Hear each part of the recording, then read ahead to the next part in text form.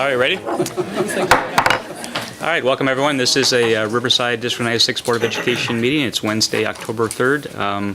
Marjorie, please call the roll. Mr. Barsati? Present. Mr. Hunt? Here. Ms. Kleiber? Here. Mr. Marhol? Here. Mr. Miller? Here. Ms. Murphy? Here. Mr. Regan? Present. Thank you. Thanks, Margie.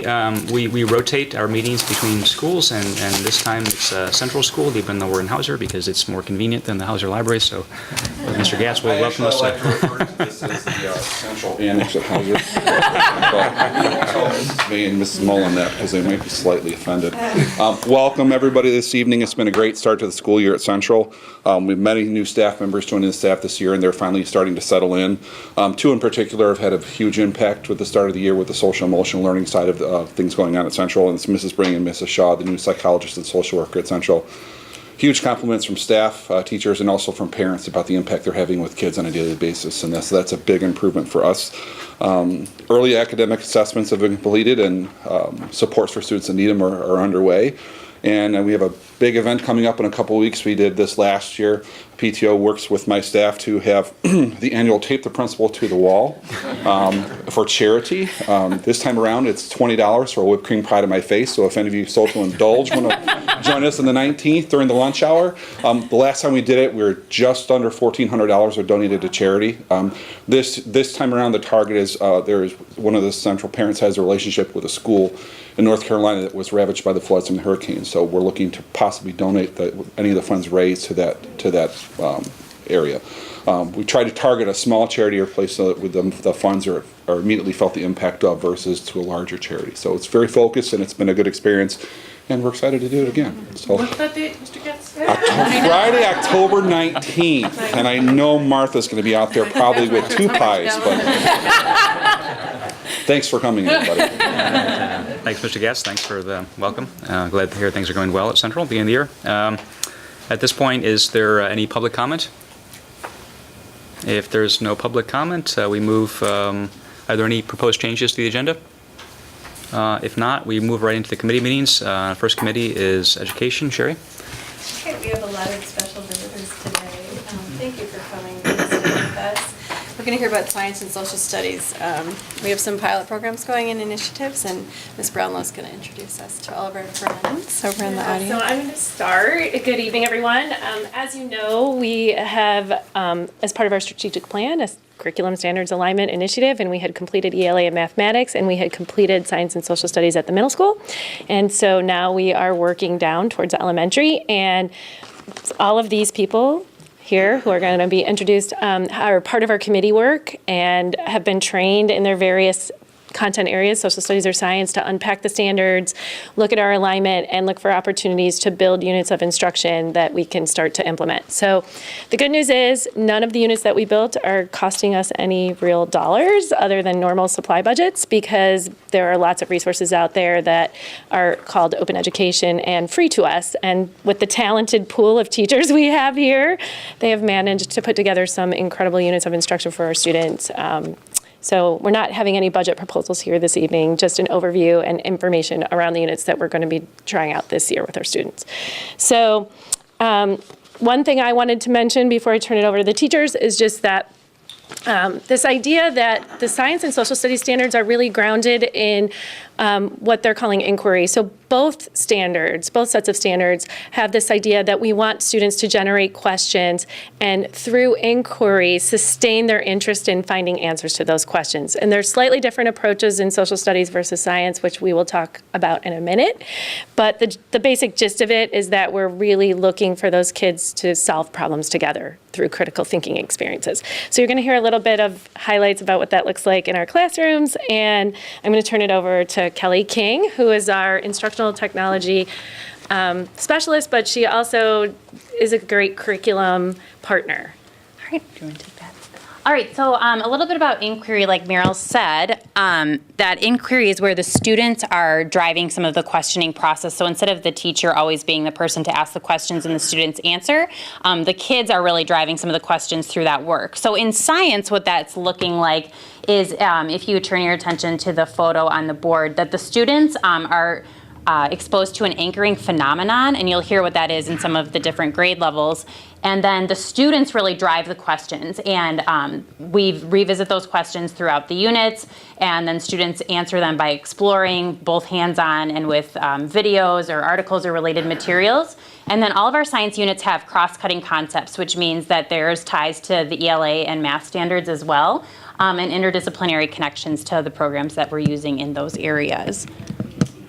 So these are just some examples in third grade of what we've been doing as far as the questioning process. The kids have been really engaged by sorting questions, asking questions, and then we've been implementing some engineering into that as well. And you can see this is in Mrs. Camp's classroom, and we'll talk about some of the units we've been doing in a little bit of the students becoming little engineers and building things with their hands, which has been awesome, and then designing things and really going through that design thinking process, prototyping that it's okay to make mistakes, and we've really seen a lot of growth and excitement from the students with this. So we'll go ahead and kick it off with a bunch of different grade levels talking about the NGSS units that they've created. So we're going to go ahead and start with first grade.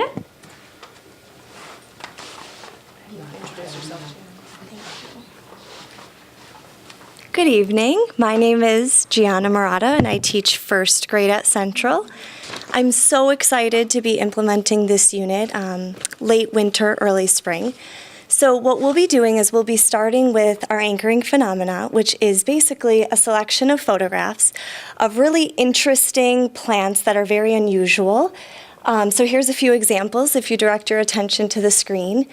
And the idea of this is to get students really curious about these photos and thinking and wondering and really questioning what they're seeing in these photos. And then from there, they're going to drive their questions, and those questions will lead to the following lessons. So the goal throughout this unit is for students to be able to answer these questions by the end. So the essential question examples that we came up with as we were planning this unit are, how do plants live, grow, and survive in the world? So really looking at those plant parts and figuring out what those plants need in order to survive. And then from there, how do both animal and plant parts relate to their functions? So moving forward from just understanding that plants have roots and really understanding what the purpose of those roots are for. And if a plant didn't have roots, then how would that change that plant's ability to survive? And then finally, why do individual plants and animals have variations? So as you just saw with those photographs, they're plants, but what makes them so different from one another? So the goal being by the end of the unit, they'll be able to answer those questions, and they'll also have an opportunity to design their own greenhouse and plant seeds of their choice. And the exciting part about this is rather than just providing the materials and telling them what they'll need to build this greenhouse, they really have to use what they learned about plants and what they learned about greenhouses and apply it. So they're going to be doing the brainstorming, thinking of materials that can be used to construct these greenhouses. And so the exciting part also is that some of these greenhouses I'm sure will be very successful, while others the first time around may not be. But that's part of the science process, and just really learning how can we change this design and try it again. So I'm really excited to implement this spring. Okay. Grade 2.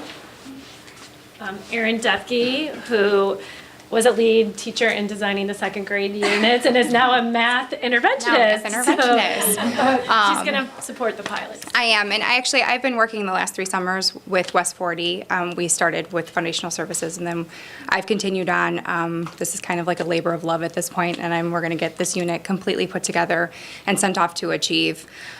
So we have actually done several rewrites, and I actually got the opportunity last year to pilot some of the parts of it with my class. And just like Gianna talked about, we use pictures also to inspire questions. So the unit that we focus on has 4 threads to it, and it's where water can be found on Earth and how it can be frozen or solid and liquid. How does Earth change, and how there's events and how they can happen quickly or slowly. And then they also have this mapping piece to it where they have to figure out how to represent land and water on Earth and explore that. And not us just telling them, this is how you make a map. they have to kind of explore that opportunity and figure out what makes a good map.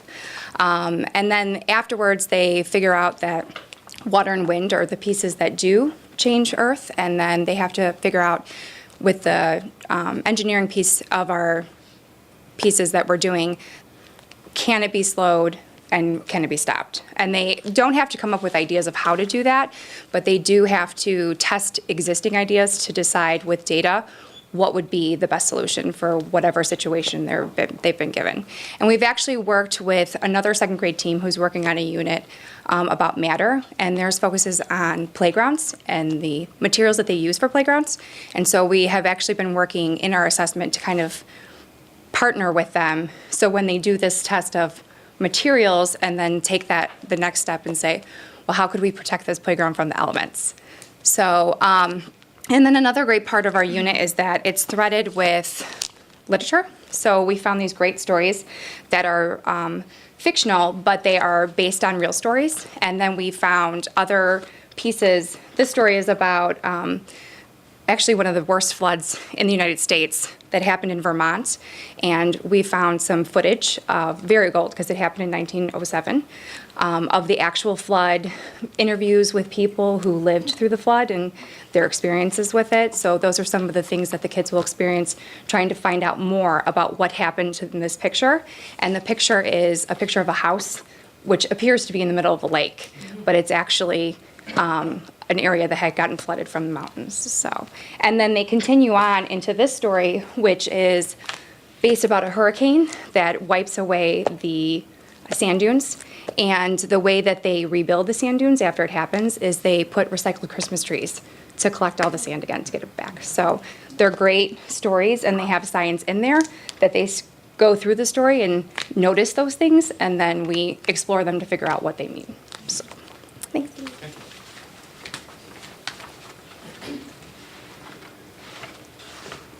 Hi, I'm Ashley Camp. I teach third grade at Central. So Kelly and I worked on these units this summer. For physical science, we're working with maglev trains.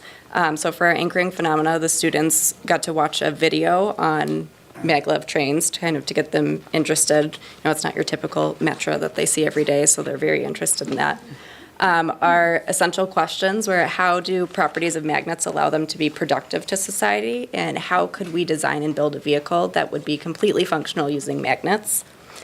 And then we've had, we actually just finished building in Ashley's class today, so this is like kind of live as this is occurring. The students kind of went through the design thinking process, brainstorming, drawing a blueprint, planning out on paper, and then we're given materials, kind of those consumables, cardboard, paper plates, craft sticks, foil, use their blueprints to design and build a vehicle, and then magnets, so that hopefully we'll be able to test if their vehicle could actually operate using like a magnetic track similar to the maglev train. And it's been a really exciting. It has. Yeah. They come in the morning and go, is today maglev day? Or we see them outside in the morning and they're like, are you coming in today? Because they know. So just the engagement and the excitement from the students has been really positive and really exciting to see. When we wrote these over the summer, you hope they're going to be exciting and engaging to the students, and so far it seems like that's what we've experienced. And my students are currently working on, they're writing a sales pitch for their vehicle that they created, and they're taking the role of a project manager, and then they're going to pitch it, or Kelly's going to record them, and they're going to pitch their sales pitch to the class. So.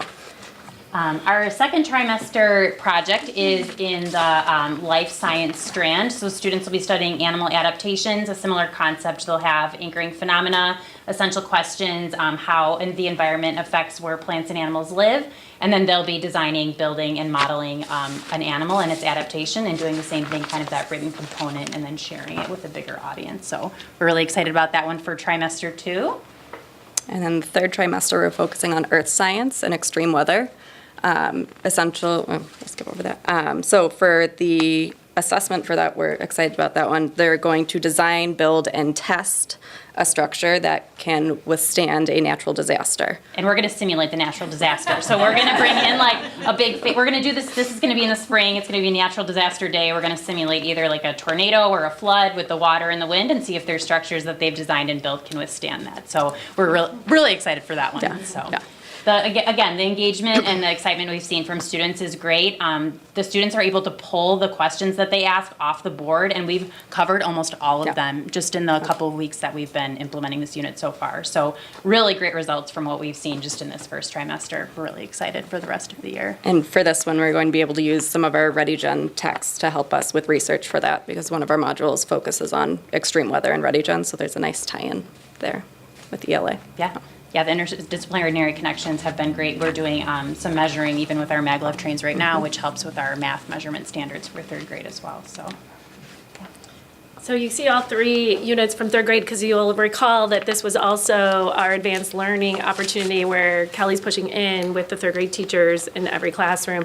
So all of third grade across the district will be piloting these 3 units. We'll make some tweaks next summer based on those experiences, but this is where we can really push the thinking of some of those students through their design and modeling opportunities.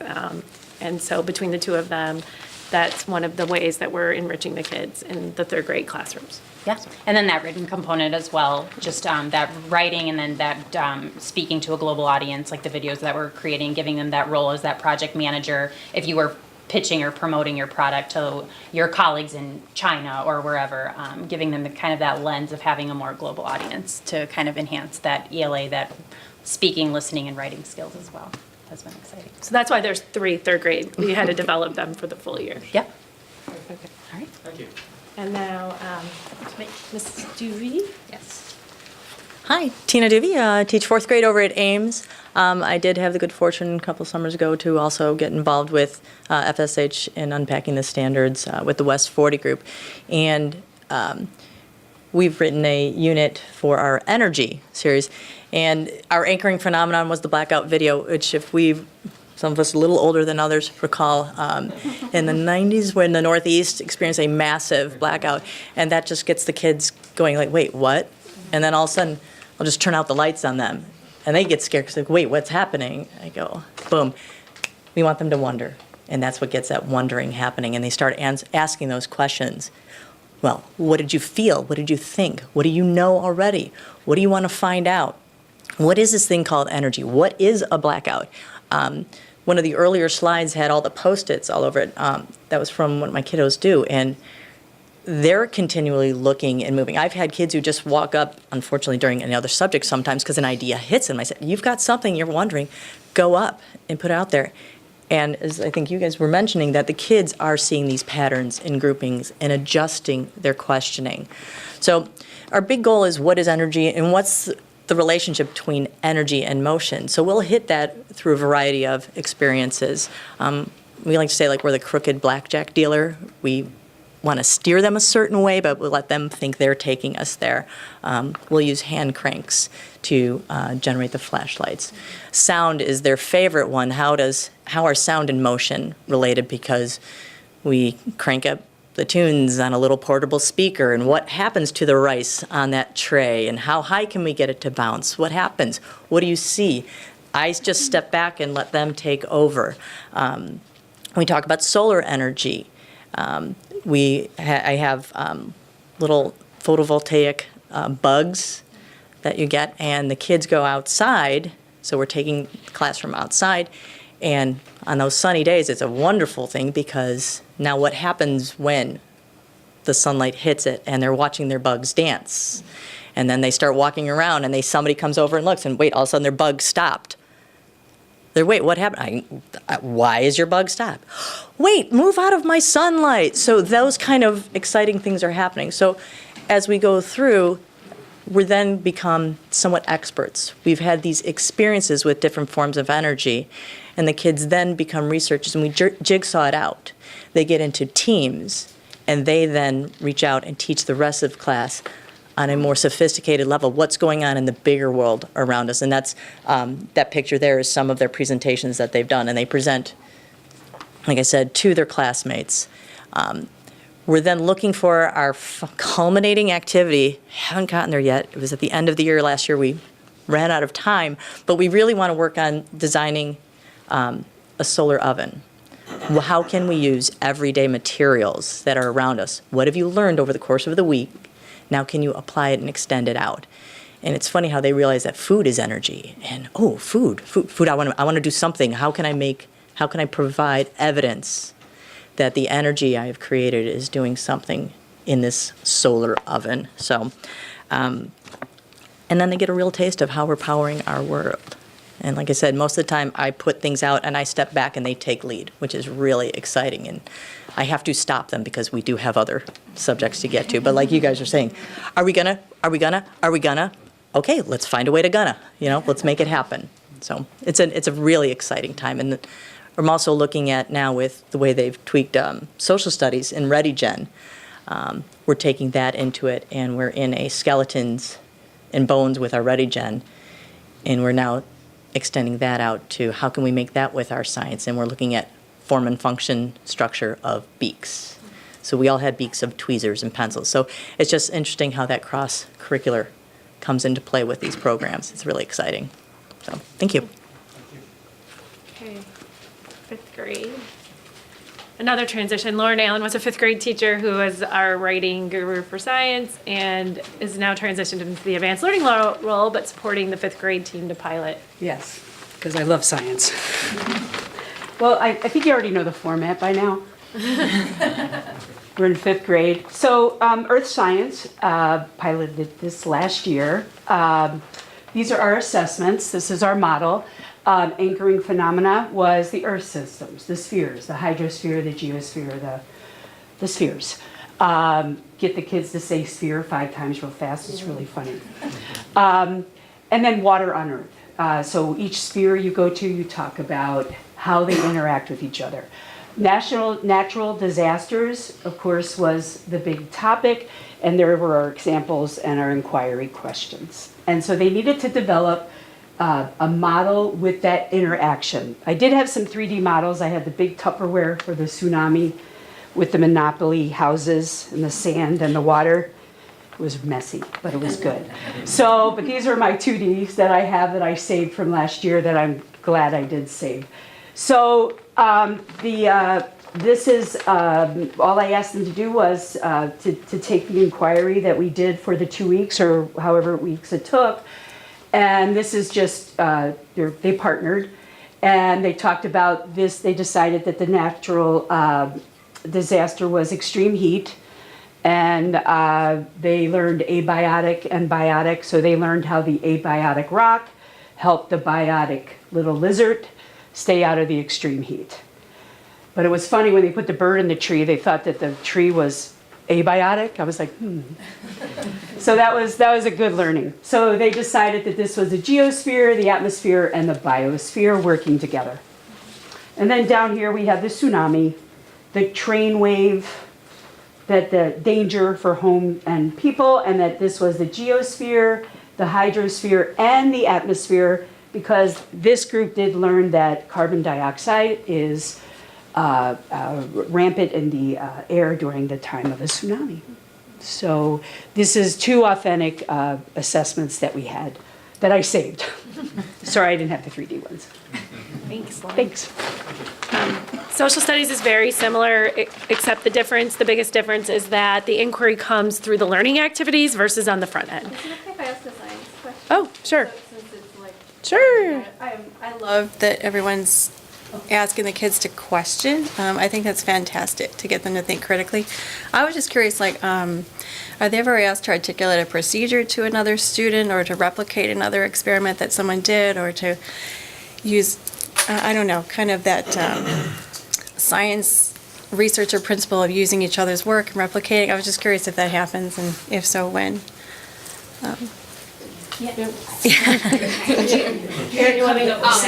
No, I mean articulating a procedure, how they made what they made and how they share it with others. Part of our unit Yeah. was that they had to, so in the flooding piece, they had to kind of figure out like what were the components that caused kind of like the perfect storm in that situation. Right. And how this happened next, like, because in the picture that they have, there are houses that are untouched, and then there are houses that are submerged.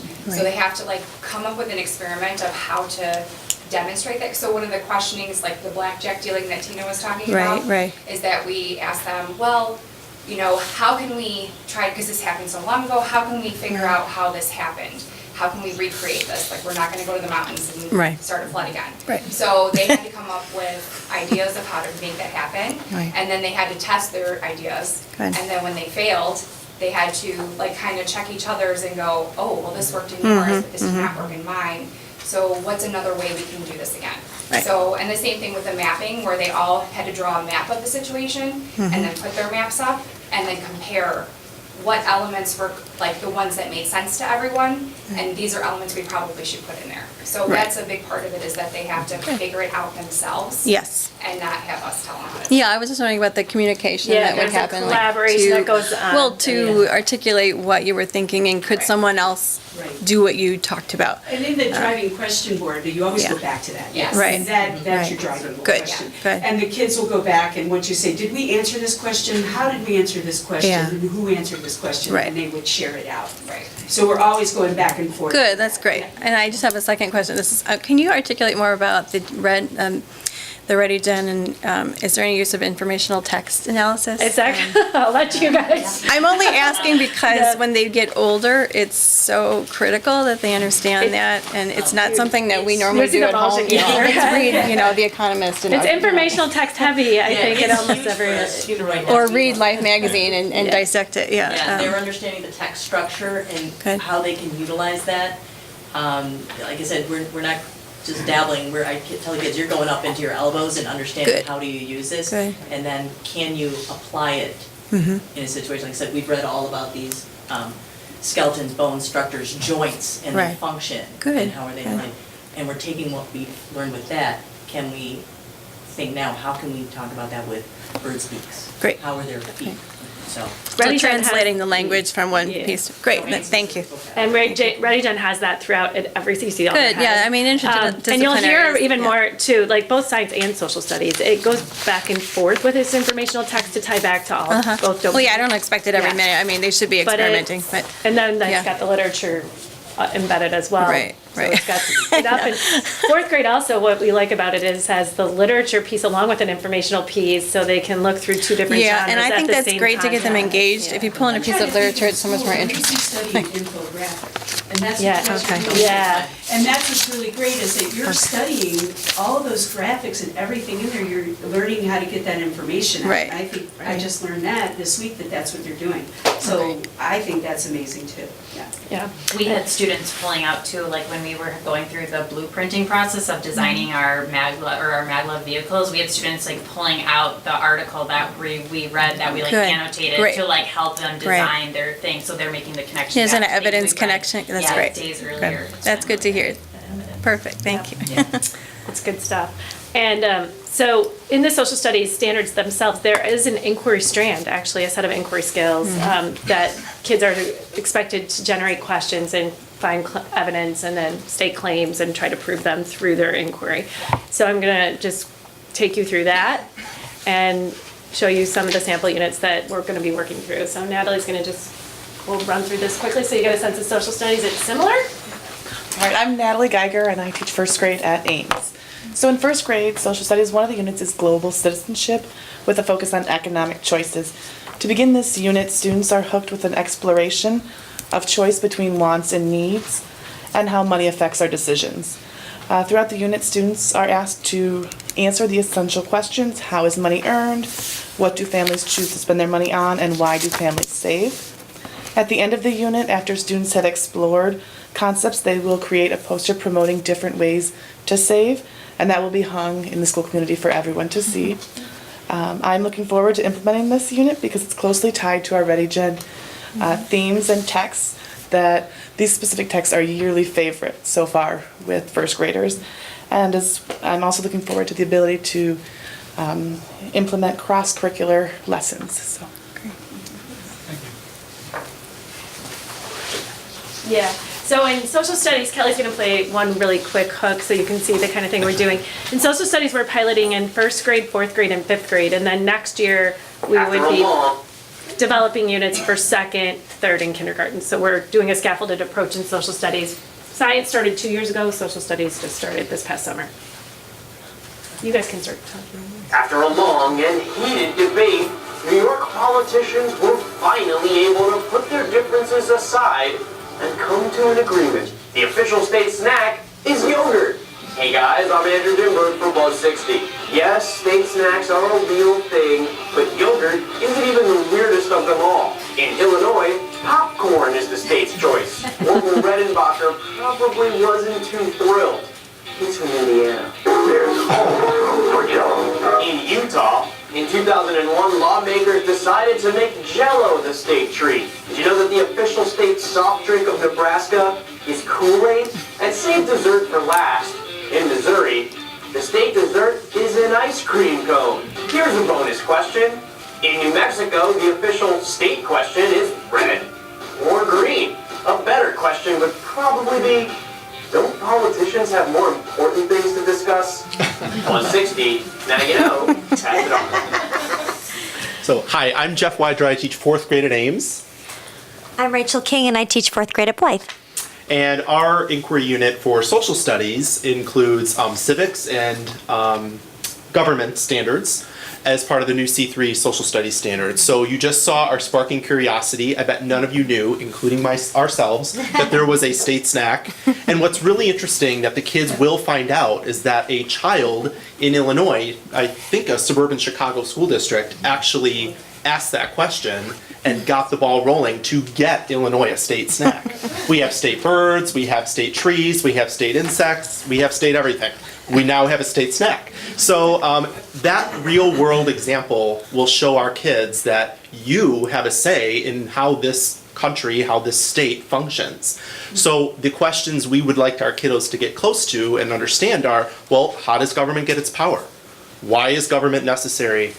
How is our government organized? How are citizens influencing the government? And through that, we'll have an authentic assessment to kind of assess that through the end. And we, much like science, we're guiding them to these questions, but we want them to drive it. What questions do you have? What are some ways we can support you to answer those questions? So, Rachel, would you like to talk about the assessment? Well, when Jeff and I were designing these, and Kelly helped us too, we were really trying to come up with authentic assessments that were unusual and unique, not just your usual paper and pencil assessment. And so we came up with some really good ones. And we also, Jeff and I really worked hard on having fun names for each unit. Like this unit is called, Why Does Illinois Have a State Snack? Yeah, we had a lot of fun with this. So this time the kids are going to make a podcast, and they're going to have to do research that has to answer these compelling questions. So their podcast is really going to be about how the government works, how it gets its power, and how it is that we came to vote and get to the state snack. So I think they're going to enjoy making a podcast rather than just, taking a paper and pencil test. Thank you. Thanks. And so that you'll see that this all ties together in terms of where it's going. And 5th grade is our last social studies pilot. Hello, I'm Steve Alganis. I teach 5th grade at Central. And by the grade level of 5, it becomes a lot more civic oriented. And you hear kids thinking a lot of times, oh, what can we do about it? Or they seem to have a sense of like what's right or what's wrong. So now it's time to take it to that next level and say, okay, if you know what's right or what's wrong, what could you do about it? So we spark curiosity by asking them to look at the products that they use. And one thing that all kids have in common is that they all like sugar. So we start with an exploration of how, where does sugar come from?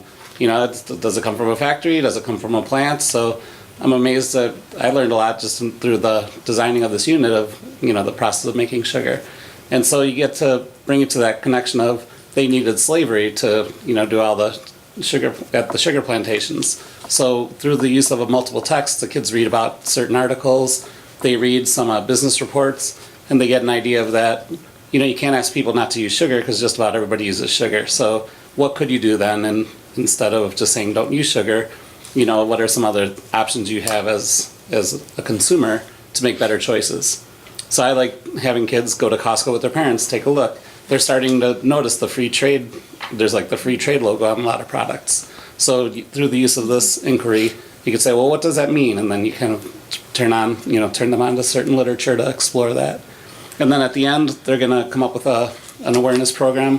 What could they do? So they could either make a TV commercial through the use of the technology that we have in the district. They love using WeVideo and creating their own commercials or podcasts. Or they could design a poster using something like Google Drawing or Google Slides. And ultimately, they need to show that there's inequality and injustices going on through many products. So, and my most exciting part is when you come across a unit and they're like, oh, we read that story a month ago about this particular topic, and they make that connection to the titles that are in the curriculum we have. So the civic strand through social studies goes K through 8, and one of the things the standards across all those grade levels ask the students to do is to take informed action. That is like an outcome of studying. And the 3 strands, it's not like the history we had when we were young or the geography. The strands are really broad, and the standards are very broad and intentionally to allow you to work from kids' interests to generate the knowledge around historical events and things that happen. The content becomes more specific the higher the grade level you go. And so it's nice the way it threads together. And I think the informed action pieces that the kids are going to do, they're going to really be passionate about and take some interest in doing. So it's pretty cool. Similar to what our 7th grade or 6th grade social studies students did with the RBTV commercial when they went over and then they won the award for their little pitch on their positions. So the kids really get to form their own opinions about these issues, and they drive where they take the learning. So that's really the end. We just wanted you to get a glimpse of what we're doing so you understand where we're headed. And as we implement the pilots, we'll be tweaking and then training next summer in science and social studies standards and continuing to build it out. Any other questions? I only have one question. Since they're doing so many changes now in the younger kids, how do you feel that the transition will be to Hauser? Do you feel confident, like it's going to be a nice fit when they... it sounds to me like exactly what they're talking about later. It's just a nice So the social studies teacher from Hauser, the 6th grade social studies teacher, did the unpacking of the social studies standards with our elementary teachers and built the units with us. Yeah, I was trying to...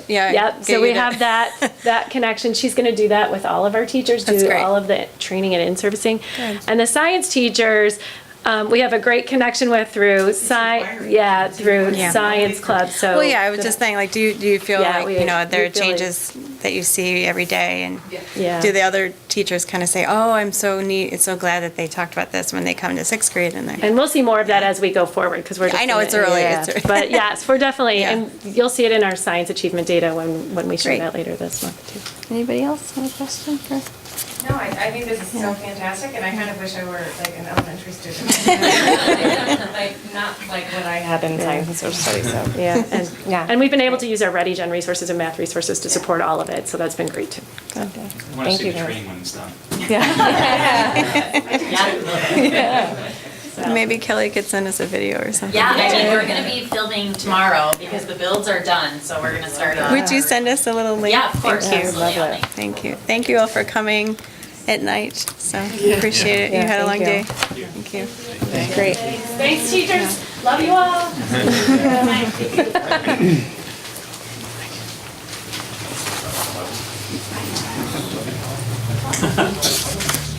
She's close. What's that? Okay, we'll pass it over. Thank you very much. Well, there's no quicker way to clear out a room than to talk about a tax levy. Where's everybody going? So if we could turn our attention to Mr. Fitton, the very capable and able Mr. Fitton, as he describes what he's prepared for tax levy. Thanks. I just wanted to show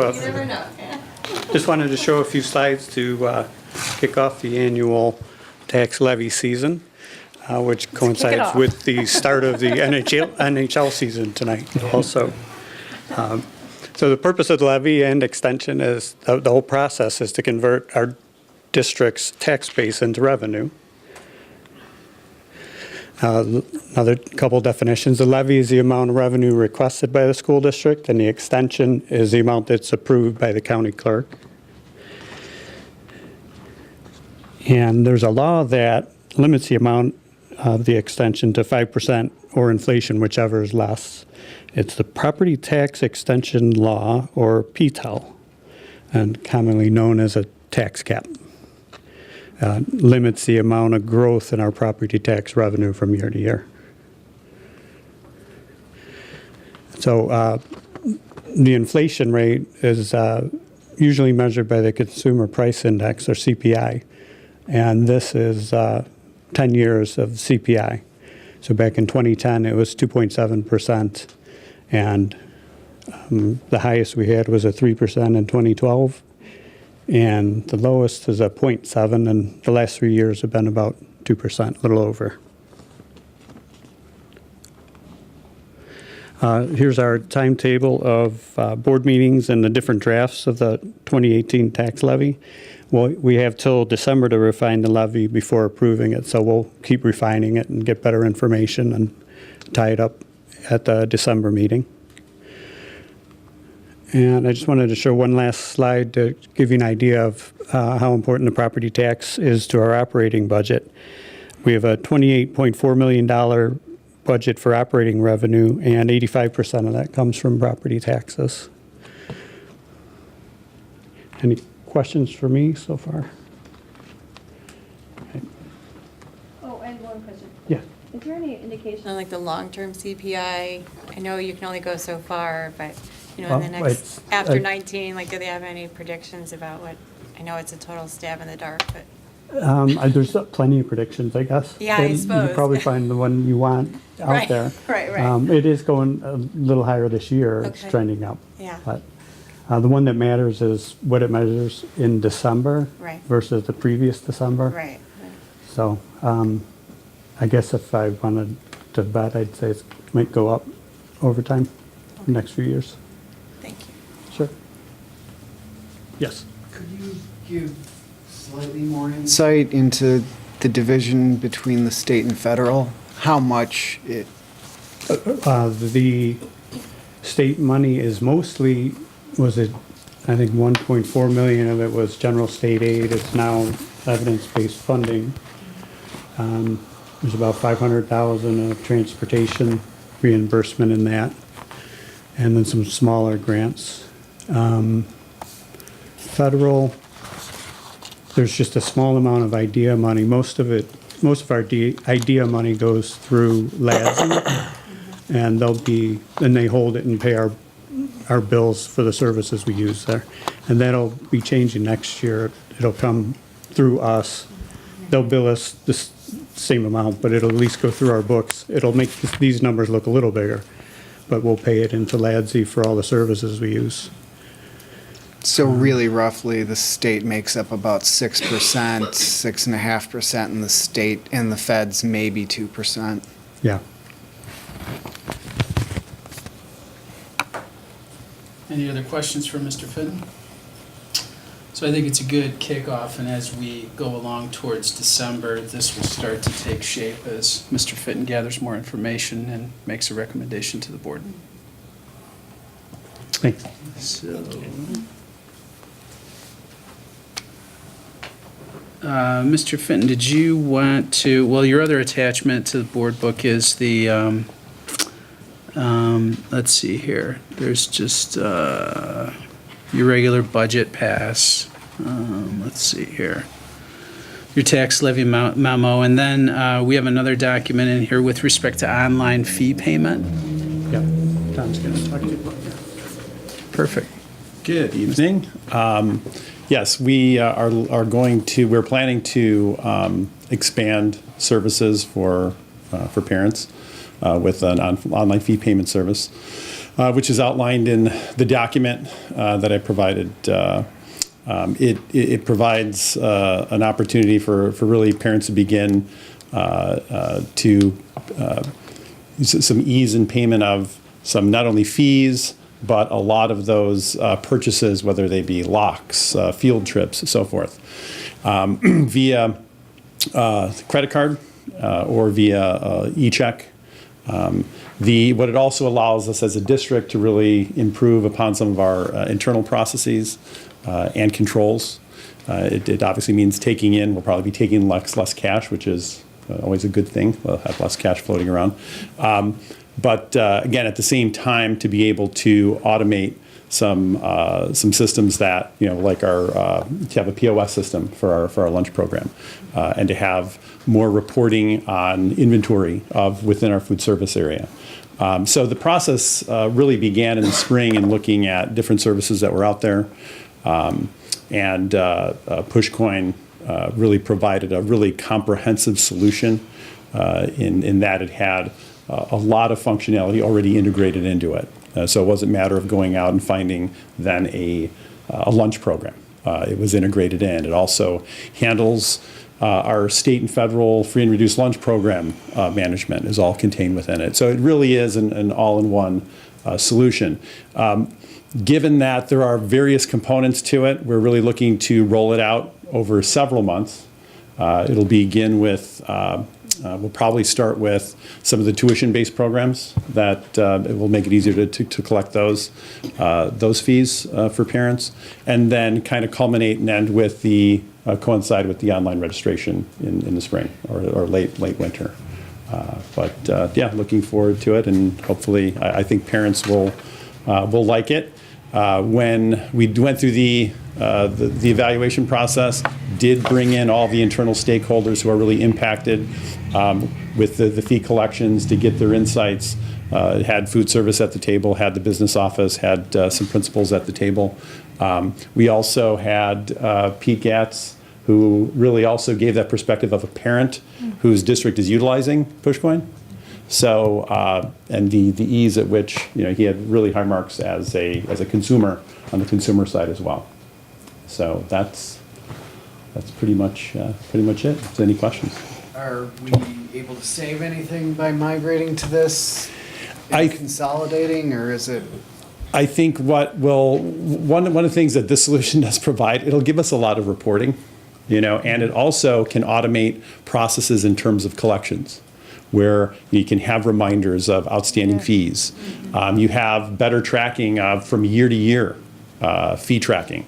So that will actually do, for instance, let's say there's a registration fee that wasn't paid from last year, and then you have registration fee from this year. When a parent goes to pay, it actually applies the fees towards last year's and then brings them up to date. So I think it'll give us a lot better insight in reporting. And then in terms of, I would think also from a potential collections perspective, just to know what is outstanding and to be able to really see and be able to track that, I think, more efficiently. It's clearly a convenience that's long overdue. So nice work on that, Mr. Tufano. Thank you. Just one question. So do we have to pay a fee for this, or is this just the fees are paid through the transactions? We do pay for the bundle of services, yes. We do pay an annual fee. Okay. But then the actual transaction fees for a credit card is paid by the purchaser. But the e-check, if you want to do an e-check, that is free. Okay. And do you remember offhand what the total cost is per year? It's $12,000. Okay. And it's all based on enrollment. It is a per student charge. Pete, would you mind just pretend, you're explaining it to, you don't have to pretend, we're all parents. So what is it like when you go on? Is it on the website? It's web-based, but Yeah, I can access it through my phone. In fact, I just put fees in my daughter's lunch accounts while I was standing in the back. And I don't think, from a parent perspective, the ability to do things to pay for fees for sports, to pay for lunch, put lunch money in their lunch accounts, and not have to walk into the office and hand somebody a check and wait for them to write up a book of tickets.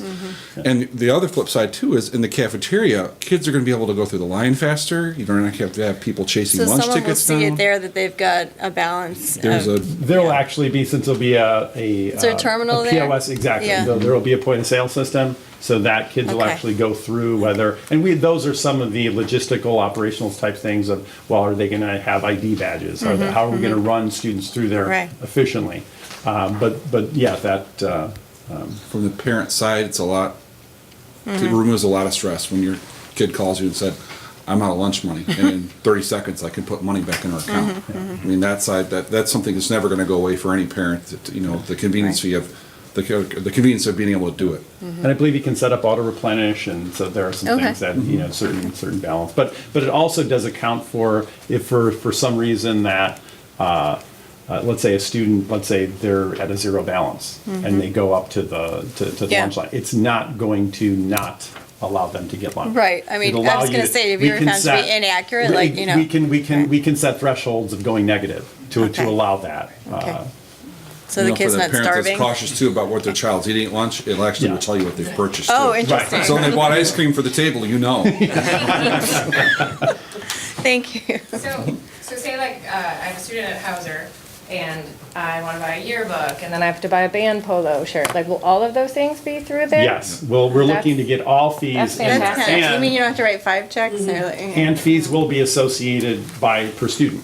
Yeah. There is an integration with our student information system, so it's not only because could also, have different fees based on grade level. Or Yeah. different fees Yeah. due to program level fees, level fees. No, that's just great, because I feel that, at the junior high level anyway, I don't come here very often. I don't go to the office very often. right. So then just, or the Springfield trip or something, if you have cash or a check and you're trying to, I always just don't, no offense to my 12-year-old, I don't trust him I all think the the time perfect to make the example that delivery. came up recently was when kids picked instruments for the school year, and the 5th graders all came in, the amount of checks and money that transpired that night, and all of that could have been in the online store and all handled there, and there would have been any money here that night. Parents could have paid ahead and walked in and taken care of everything. Yeah, the store essentially becomes really, a lot of the items can be very à la carte. So let's say whether it's a gym uniform, something gets lost, you can very quickly, very easily pay for it right then and there. And we'll have kiosks set up. We're just really gonna use the registration kiosks. We're not looking to have building level staff, secretaries, taking credit card information. It'll all be handled at the kiosk and be really self-serve from that standpoint. Okay, I have another dumb question. Can it be app-based on your phone? Oh, yes, Yeah, there's thank an you. app. There is also an app associated with it. Thank you. There's an app for that. Oh, my God, okay. That was bad. Okay, thank you. It's great. Right? So is there a reason why the district is passing on those fees as opposed to what people might be more used to through a private business of having the business absorb the cost? I know that it was something that was floated around, I think it was. We talked about yeah. it, but it's Mhm. open for discussion. I mean, the concept behind making it an add-on is that it's a convenience for that parent. So there's a convenience. So they don't fee have to, if added they it. wanted to walk in with a check, they We could do don't it. have to approach it that way. But Correct. Correct, we're definitely gonna, we're Or gonna is that steer not an people option towards anymore that. if we- But there's the e-check, you can actually do the I'm e-check. just saying, if there's a for family that free. doesn't have access to that, I Yes. mean, could they walk in with their money? Yes, right. But like you said, there's the e-check option, so you don't have to incur the fee if you don't choose to, correct? Correct. That would be a no fee based system, and you could take advantage of the full e-pay Okay. system. Okay. There's no other questions? Any other questions? Great. Thank you. Thanks, Mr. Tofano. Thank you. Sounds good. All right. That's it. Next, we have policy again. The policy committee does not have anything to report Oh at this my God. time, other than. Wait, repeat that. Do I repeat that? The policy committee does not have anything to report at this time, other than a Cubs loss last night. What's your policy on that? Very against it, very Get some against it. We do have a meeting scheduled for later this week. All right, so thanks, Ken. So the future meeting dates, we have a regular business meeting on October 17th at 7 p.m. at Hauser. We have a meeting on November 7th, which will probably be a special meeting at 7 p.m. at Hollywood. November 21st, regular business is canceled, and then December 5th, committee of the whole meeting, 7 p.m. at Ames, and then December 19th, the regular business meeting, 7 p.m. at Hauser. So if there's no other business, the meeting's adjourned. Jeff?